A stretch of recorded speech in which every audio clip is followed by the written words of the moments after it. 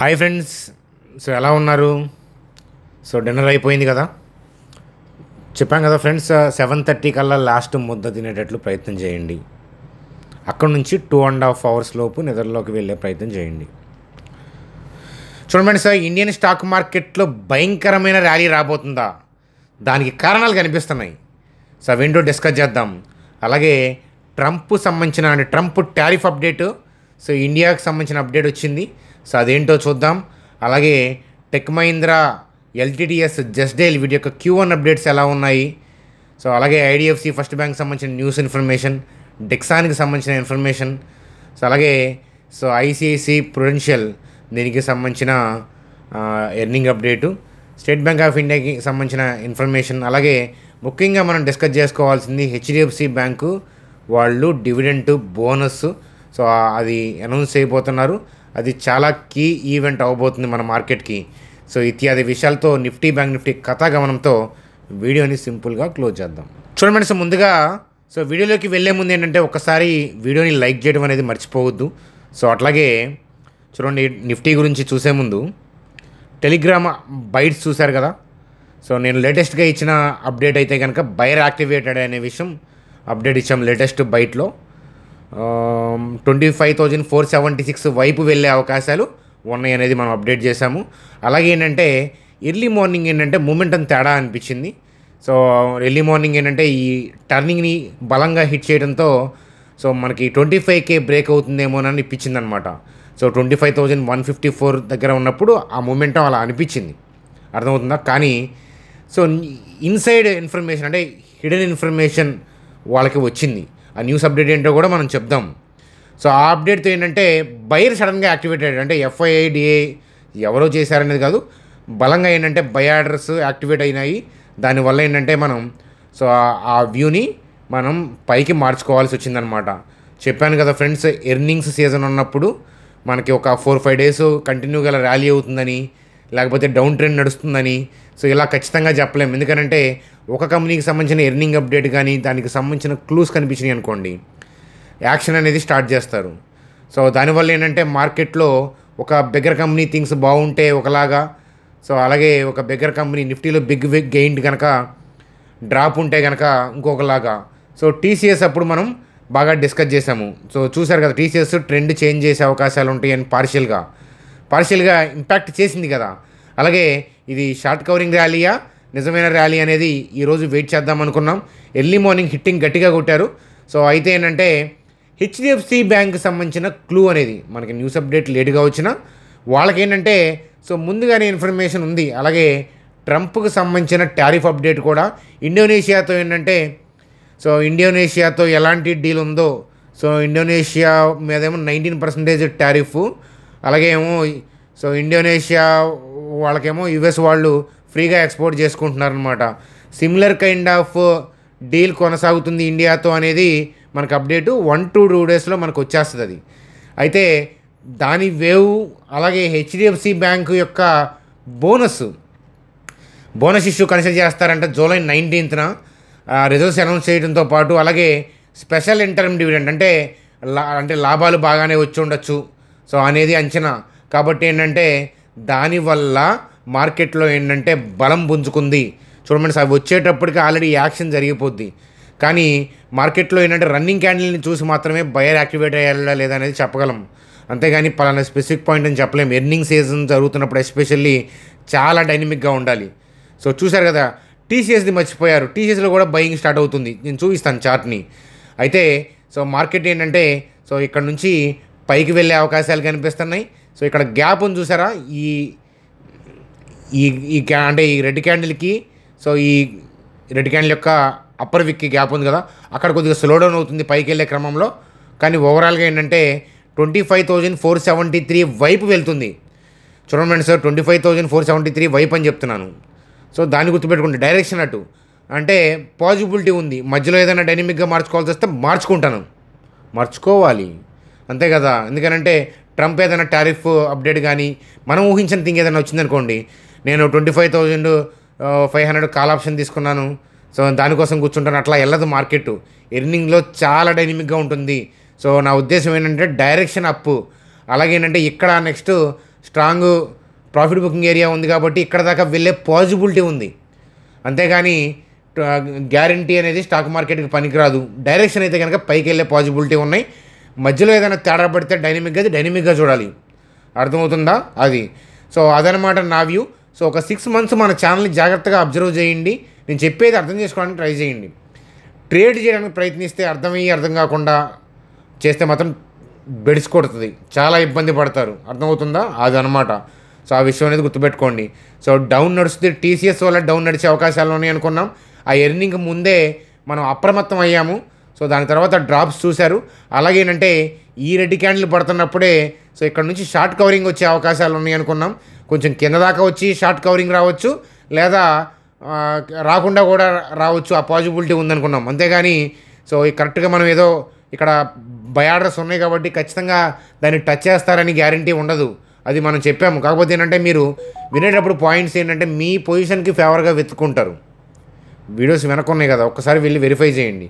Telegram bytes కూడా జాగ్రత్తగా చూడండి. కిందకి ఇక్కడ దాకా వస్తుందని గ్యారంటీ లేదు, ఇక్కడికి వచ్చే పాజిబిలిటీ ఉంటుంది. వచ్చినా పైకి వెళ్ళొచ్చు, రాకుండా కూడా వెళ్ళొచ్చు అనమాట. ఎందుకంటే ఇవన్నీ కూడా బై ఆర్డర్స్ పెండింగ్లో ఉన్న ఏరియానే కాబట్టి ఎక్కడ కరెక్ట్గా బయర్ సెలర్ని డామినేట్ చేస్తారనేది రన్నింగ్లో చూడాలి, అంతే కదా. అంతేకాని స్టాటిక్గా చెప్పగలిగితే ఒక రూల్ డిఫైన్ అయ్యేది స్టాక్ మార్కెట్కి. మీరు పుస్తకంలో కానీ సోషల్ మీడియాలో కానీ ఏదైనా ఒక లాజిక్ చూడండి, కరెక్ట్గా అదే పని చేస్తుందని చెప్పి రాయడానికి రూల్స్ అనేవి లేవు స్టాక్ మార్కెట్. దాని ఇష్టం వచ్చినట్టు వెళ్తుంది. ఎందుకంటే ఎఫ్ఐఎస్ డిఎస్ చాలామంది ఉంటారు, ఎవరు బలాబలాలు తెలుసుకుంటూ ఉంటారు. కాబట్టి ఎక్కడైతే డిమాండ్ సప్లైని బీట్ చేస్తుందో అది మనం బయింగ్ ఏరియా రన్నింగ్లో చూడాలి. అదనమాట కదా. కాబట్టి డైరెక్షన్ పాజిటివ్గా వెళ్ళే అవకాశాలు ఉన్నాయి. అన్లెస్ అంటిల్ మధ్యలో ఏదైనా వస్తే కనుక మనం అప్పుడు దాని గురించి మనం చూస్తూ ఉండాలి. ఎందుకంటే సడన్గా ఏదైనా పెద్ద కంపెనీ యొక్క ఎర్నింగ్స్ తేడా పడితే ఇక్కడ తేడా పడిద్ది. సో అది మనం ఇప్పుడు ఊహించలేం కదా, అది రన్నింగ్లో చూడాలన్నమాట. సో ఇనిషియేషన్స్ ఏంటంటే ఫ్లోలో వెళ్తారు చూడండి, ఇలా డ్రాపు, షార్ట్స్ కవరింగు, వాళ్ళ ఇన్ఫర్మేషన్ ఉంది, బయింగ్ పూర్తిగా వచ్చేసారు. సో అట్లా ఏంటంటే ఒక ఫ్లో వెళ్తుంది. మధ్యలో 1-2 days డిప్ ఉన్నా వాళ్ళ డైరెక్షన్ అనేది ఫ్లో వెళ్తుంది. కానీ డిప్ వచ్చినప్పుడు కారణాలు ఏంటి, బాగా ఇంపాక్ట్ చేసేది ఏదన్నా ఉందా, అలాంటివి చూడాలి. నేను ఎందుకు జాగ్రత్తగా ఉండబెట్టానంటే నార్మల్ మంత్స్ లాగా ఉండదన్నమాట. కూల్గా డౌన్ ట్రెండ్ నడుస్తుందని చెప్పుకోవడానికి, కూల్గా అప్ ట్రెండ్ నడుచుకోవడానికి అని చెప్పడానికి ఉండదు. ఎర్నింగ్ అప్పుడు పెద్ద కంపెనీలు రిజల్ట్స్ వస్తున్నప్పుడు ఒక అడుగు ఇటుపడచ్చు, ఒక అడుగు పిడుగులాగా అవ్వచ్చు. కాబట్టి అంతే కదా, nobody knows about the earnings exactly. So చాలా జాగ్రత్తగా ఉండాలనేది చెప్తాను. చూడండి సార్, వీడియో ఫర్దర్గా కంటిన్యూ చేసే ముందు సో ఇప్పటిదాకా మనం చెప్పిన వీడియో నచ్చితే, అంటే ఛానల్ వీడియో నచ్చితే కనుక లైక్ చేయడం మర్చిపోవద్దు. అలాగే సో మీరు టెలిగ్రామ్ గ్రూప్లో నేను అవైలబిలిటీ ఉన్నప్పుడైతే ఇలా మీకు కాన్సెప్ట్స్ అనేవి నేర్పిస్తూ ఉంటాను. నేర్చుకునే ఉద్దేశం ఉంటే కనుక మీరు చూస్తున్న వీడియో కింద డిస్క్రిప్షన్లో ఫ్రీ టెలిగ్రామ్ లింక్ ఉంది చూడండి, దాని ద్వారా ఫ్రీగా జాయిన్ అవ్వచ్చు. మీరు సబ్స్క్రైబర్ అయితే సబ్స్క్రైబ్ చేసిన తర్వాత మీరు చూస్తున్న టెలిగ్రామ్, మీరు చూస్తున్న డిస్క్రిప్షన్ వీడియో కింద డిస్క్రిప్షన్లో కానీ లేకపోతే పిన్డ్ కామెంట్కి వెళ్ళచ్చు. పిన్డ్ కామెంట్లో కూడా ఉంటుందన్నమాట. సో ఇట్లా పిన్డ్ కామెంట్లోకి వెళ్ళినా టెలిగ్రామ్ లింక్ ఉంటుంది, ఫ్రీగా జాయిన్ అవ్వచ్చు. చూడండి, మన ఛానల్ ఎప్పుడూ మనీ వసూలు చేయదు కాబట్టి మార్కెట్లో డూప్లికేట్స్ అని వాళ్ళు మనీ వసూలు చేస్తున్నారు మన ఛానల్ పేరున, రకరకాల ఛానల్ పేర్ల మీద. కాబట్టి మీరు జాగ్రత్తగా ఉండాలి, అదనమాట కదా. చూడండి, అలాగే ఐటీసీ హోటల్స్కి సంబంధించి హోటల్ సెగ్మెంట్ సపరేట్గా అయింది కదా. సో రెవెన్యూ 15% గ్రోత్ ఉంది, అలాగే నెట్ ప్రాఫిట్ 53% గ్రోత్ ఉంది. మంచి రిజల్ట్స్ పోస్ట్ చేశారు చూడండి. అలాగే టెక్ మహీంద్రా యొక్క Q1 రిజల్ట్స్, నెట్ ప్రాఫిట్లో 34% గ్రోత్ ఉంది, రెవెన్యూ 3% గ్రోత్ ఉంది. అలాగే సో డీల్ విన్స్ చూడండి 44% ఇయర్ పాయింట్ ఆఫ్ వ్యూలో గ్రోత్ ఉందన్నమాట. హెడ్ కౌంట్ తగ్గింది 430, పెద్ద డిఫరెన్స్ ఏమి కాదు. సో అది చూడండి. ఫ్రీ క్యాష్ ఫ్లో 19% డ్రాప్ ఉంది. సో ఇది ఒకటి కొంచెం ఆలోచించాలి. రిజల్ట్స్ ఓవరాల్గా బాగున్నాయి అని చెప్పి చూడండి. అలాగే ఎల్టీటీఎస్ యొక్క Q1 earnings year point of వ్యూలో సేల్స్లో 16% గ్రోత్ ఉంది. ప్యాట్ అంటే ప్రాఫిట్ ఆఫ్టర్ ట్యాక్స్ ఏంటంటే 1% గ్రోత్ ఉంది. సో ఎల్టీటీఎస్ యొక్క రిజల్ట్స్గా చూడండి Q1 అప్డేట్ చూడండి. అలాగే జస్ట్ డైల్ యొక్క థింగ్స్, రెవెన్యూలో ఇయర్ పాయింట్ ఆఫ్ వ్యూలో 6.2% ఉంది, నెట్ ప్రాఫిట్ 13% గ్రోత్ ఉంది. సో జస్ట్ డైల్ యొక్క Q1 అప్డేట్గా చూడండి. ఇప్పుడే మనం డిస్కస్ చేసుకున్నాం కదా. సో 1-2 daysలో అప్డేట్ వస్తుంది. సో ఇండోనేషియాతో ఎలాంటి డీల్ ఉందో so similar kind of deal ఉండొచ్చు అనేది ఇక్కడ మనకు కనిపిస్తూ ఉంది.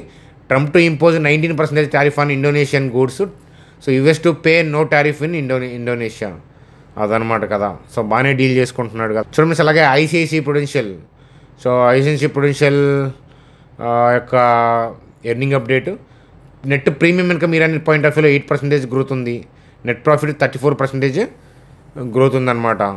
So income from the investments అనేవి 4% డిక్లైన్ ఉంది.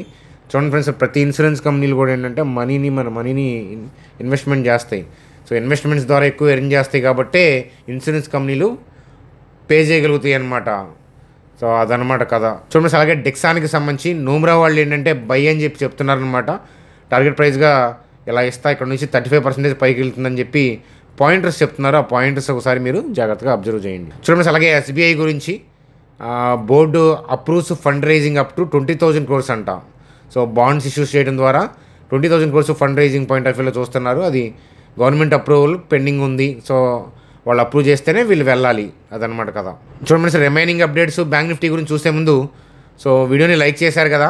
సో అట్లాగే ఏంటంటే మీలో ఎవరికైనా డీమ్యాట్ అకౌంట్ లేకపోతే సో జెరోదా లింక్ ఇచ్చాను చూడండి. So branded mobile number enter చేసి OTP ఎంటర్ చేస్తే 10 minutesలో అకౌంట్ ప్రాసెస్ అయిపోతుంది. సో మీరు యాప్ బాగుంటుంది, మీకు నచ్చుతుంది. అలాగే పర్ ట్రేడ్ 20 rupees మాత్రమే ఛార్జ్ చేస్తారు వాళ్ళు కదా. సో అంటే డిస్కౌంటెడ్ బ్రోకింగ్ కాబట్టి మంచి broking app, discounted broking. So app ఎక్స్ట్రాడినరీగా ఉంటుంది. So one of the finest app అని చెప్తాను. కాబట్టి మీరు అకౌంట్ ఈ లింక్ ద్వారా ఓపెన్ చేసుకోవచ్చు. అకౌంట్ ఓపెన్ చేసిన వాళ్ళు మీరు ఐడిని మా టీం నెంబర్కి పంపిస్తే వాళ్ళు ఏదైనా ఇన్ఫర్మేషన్ కానీ వెబినార్లు కానీ ఇట్లాంటి కండక్ట్ చేస్తే మీకు ఇన్ఫామ్ చేస్తాను. సో అదనమాట గుర్తుపెట్టుకోండి. చూడండి, అలాగే IDFC ఫస్ట్ బ్యాంక్ వాళ్ళు ఏంటంటే వాళ్ళని చూడండి ఫ్రెండ్స్. దాని తర్వాత IDFC ఫస్ట్ బ్యాంక్ గురించి సో UBS వాళ్ళు ఏంటంటే డౌన్గ్రేడ్ చేశారు, న్యూట్రల్ అని చెప్పి, because of high credit cost అని చెప్తున్నారు.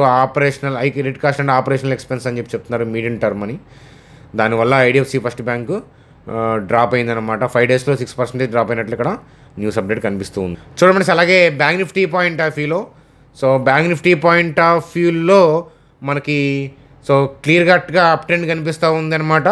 HDFC బ్యాంక్ యొక్క బలం, సో అది అప్డేట్ న్యూస్ అప్డేట్ వల్ల దాని యొక్క థింగ్స్ వల్ల బలం అనేది చేకూరింది. దానివల్ల నిఫ్టీ కూడా బలం పుంజుకుందని చెప్పచ్చు. మనకు సూనర్ ఏంటంటే ఈ లైన్ని దాటి పైకి వెళ్ళే పాసిబిలిటీస్ ఉన్నాయి. అన్లెస్ అంటిల్ మళ్ళీ ఏదన్నా డైనమిక్ ఏదైనా అప్డేట్ వస్తే మనం ఏం చేయలేము. కాబట్టి ఎర్నింగ్ మంత్ అప్పుడు చాలా జాగ్రత్తగా డైనమిక్ ఉండాలి. మార్కెట్లోనే డైనమిక్ ఉండాలి. ఇలాంటప్పుడు ఇంకా డైనమిజం అనేది అవసరం. సో హీరోయిజం అనేది అనవసరం. కాబట్టి గుర్తుపెట్టుకోండి చాలా జాగ్రత్తగా. సో నేను చాలాసార్లు చెప్పాను, మరొకసారి చెప్తాను, ఆప్షన్ ట్రేడింగ్ చేయొద్దని నేను అన్ను. చెయ్యండి, కానీ డెంట్ పడుతుంది అకౌంట్స్కి. దాంతో తెలుసుకొని బయటికి రండి. చేయొద్ది అంటే ఏంటంటే దాంట్లోనే వెళ్ళాలనిపిస్తుంది, అంతే కదా. సో కాబట్టి మొక్కుబడి చెల్లించారు కదా, అయిపోయింది. కాబట్టి దాని జోలికి వెళ్ళకూడదు. ఇక అది వెళ్తాను అంటే మీ ఇష్టం. EMIలు ఎవ్రీ మంత్ EMIలు కట్టమే, అదనమాట. సో నేను ఆప్షన్ ట్రేడింగ్ గురించి చెప్తే ఎక్కువ మంది ఛానల్ ఫాలో అవుతారని తెలుసు, సబ్స్క్రైబర్స్ చాలామంది ఉండేవాళ్ళని తెలుసు. కానీ ఎక్కువ మంది మనీని పోగొట్టే వాళ్ళని కూడా నేనే అవుతాను. అర్థమవుతుందా మీకు? ఏస్ ఇన్వెస్టర్ కానీ లైక్ ట్రేడర్, లైక్ చూడండి, ఏస్ ఇన్వెస్టర్ ప్లస్ ట్రేడింగ్ కూడా సక్సెస్ కదా. రాకేష్ జునోలా గారు తనేం చెప్పారో చూడండి. నేనేం చెప్పానో సరే పక్కన పెట్టండి. ఎందుకంటే పెద్ద పెద్ద హిందీ ఛానల్స్, ఇంగ్లీష్ ఛానల్స్ వాళ్ళు ఆప్షన్ ట్రేడింగ్ గురించి చెప్తూ ఉంటారు కదా. అందుకని నేను చెప్పిందని నమ్మాలని లేదు కదా. అందుకే రాకేష్ జునోలా గారు లాంటి వాళ్ళు, వారన్ బఫెట్ గారు లాంటి వాళ్ళు, రాకేష్ జునోలా లాంటి ట్రేడింగ్లో కూడా సక్సెస్ తను. కాబట్టి తన పాయింట్ వినండి. లేదు ఎవరిని వినాల్సిన అవసరంలా, మీరు ట్రేడ్ చేస్తే కూడా మీకు తెలిసిపోద్ది. చూడండి, మిస్టేక్ చేయడం తప్పు లేదు, కానీ రిపీట్ చేయడం తప్పు, లైఫ్లో అయినా స్టాక్ మార్కెట్లో అయినా. సో ఆ విషయం గుర్తుపెట్టుకోండి. ఫ్యూచర్స్ బాగా డబ్బు ఉంది అని అంటే ఫ్యూచర్స్ ఓకే, ఇండెక్స్ అది కూడా, స్టాక్స్ వద్దు, అదనమాట కదా.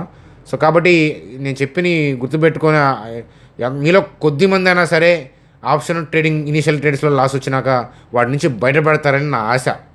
సో అదంత ఈజీ థింగ్ కాదు అది. పద్మవ్యూహం ఎంటర్ అయితే ఏంటంటే బయటికి రావడం కష్టం, అదనమాట కదా. సో ఉండలేక చెప్తూ ఉంటాం ఏదో కొంతమంది మారతారని, కొంతమంది 10 lakhs అలా గట్టిగా దెబ్బతిన్న తర్వాత ఇక మారి బుద్ధిగా జాబ్ చేసుకుంటారు. ట్రేడింగ్ లైఫ్కి దూరం అవుతారు. ప్యానిక్ లైఫ్ అనమాట. మీకు లైఫ్ కూడా ప్రశాంతం ఉండదు ఆప్షన్ ట్రేడింగ్ చేస్తే. మనీ తర్వాత సంగతి, ఆ విషయం గుర్తుపెట్టుకోండి. సో అది ఫ్రెండ్స్ మనకి ఈరోజు వీడియో. సో నచ్చి ఉంటుంది కదా ఇక్కడ దాకా చూసారంటే. కాబట్టి కొత్త వాళ్ళు సబ్స్క్రైబ్ చేయండి. Bye friends, good day.